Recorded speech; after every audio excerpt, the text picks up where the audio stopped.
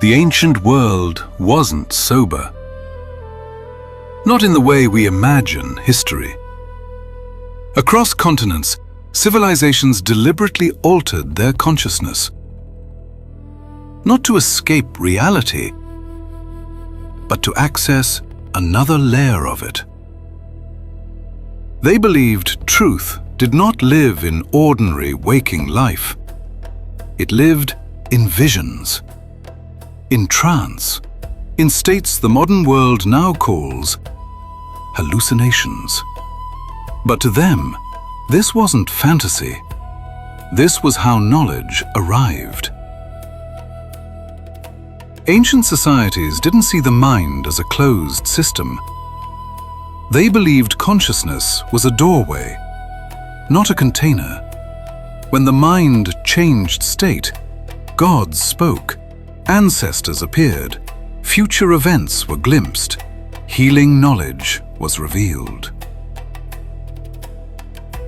This belief appears in Egyptian temple rituals, Greek prophecy, Amazonian shamanism, Vedic and Tantric India, Siberian, African, and Native American traditions. Different cultures, same assumption. Reality has layers, and humans can temporarily step outside the surface layer. In ancient Egypt, the blue lotus flower was not just decoration. It appears repeatedly in temple art, tomb paintings, and royal ceremonies. Texts and imagery suggest it was infused in wine, inhaled, used during rituals of rebirth and communion with gods.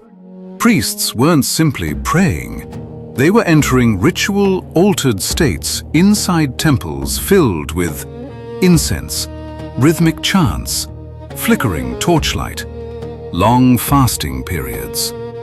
The Egyptian temple was not a church.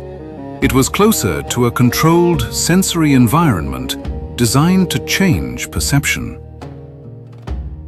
Some scholars believe many Egyptian visions of the afterlife were shaped inside these trance environments.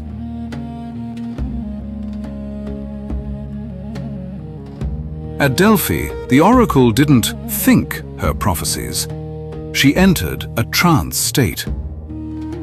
Ancient sources describe strange vapors rising from beneath the temple, rhythmic chanting, long isolation before prophecy, altered breathing, trembling, dissociation. To the Greeks, the god Apollo spoke through her body.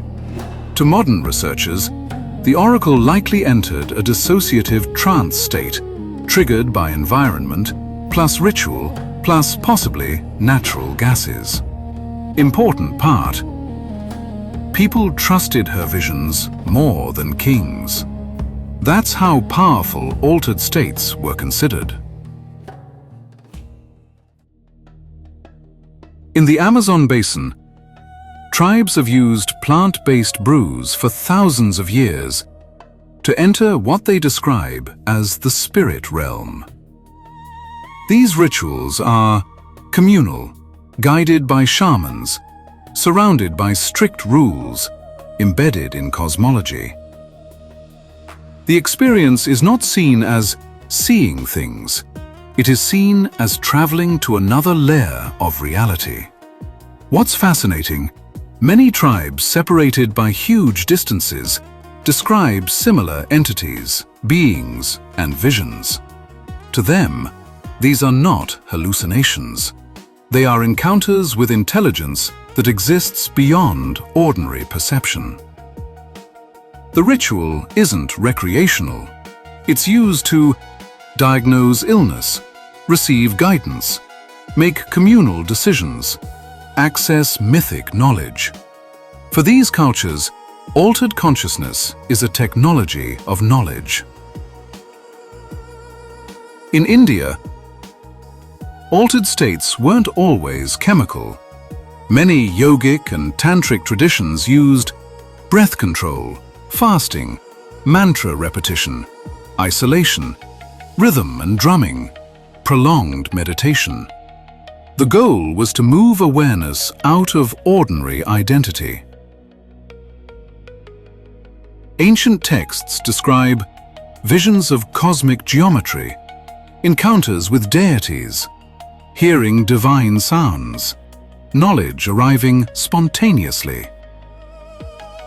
These states shaped scriptures, spiritual poetry, cosmological diagrams, symbolic art. The mind itself was treated as a gateway technology. Here's where it gets controversial. Across ancient art, Egyptian deities with non-human forms. Mesoamerican beings emerging from vision serpent imagery. Hindu gods with multi-dimensional symbolism. Cave paintings that look geometric and trance-like. Some researchers suggest these visuals resemble patterns seen in altered states, geometric tunnels, beings with hybrid forms, radiant light, cosmic symmetry. This raises an uncomfortable question. Were some ancient myths, visions of gods, and sacred cosmologies partially shaped by altered states of consciousness? Not fake, but experienced in a different mode of perception. To ancient people, visions were not imagination. They were encounters with another layer of reality. The modern world treats altered states as abnormal. Ancient civilizations treated them as essential tools. They didn't ask, "Is this real?" They asked, "What kind of reality is this revealing?" So the question isn't, did ancient people use trance and substances to see things? The real question is, have we lost access to ways of seeing that shaped civilization itself? And if ancient knowledge was born not only from logic, but from altered states of mind, how much of human history was written in visions we no longer know how to enter? If this changed how you see the past, leave a like so more people find it. Subscribe if you want more stories that question what we think we know. Thank you for watching.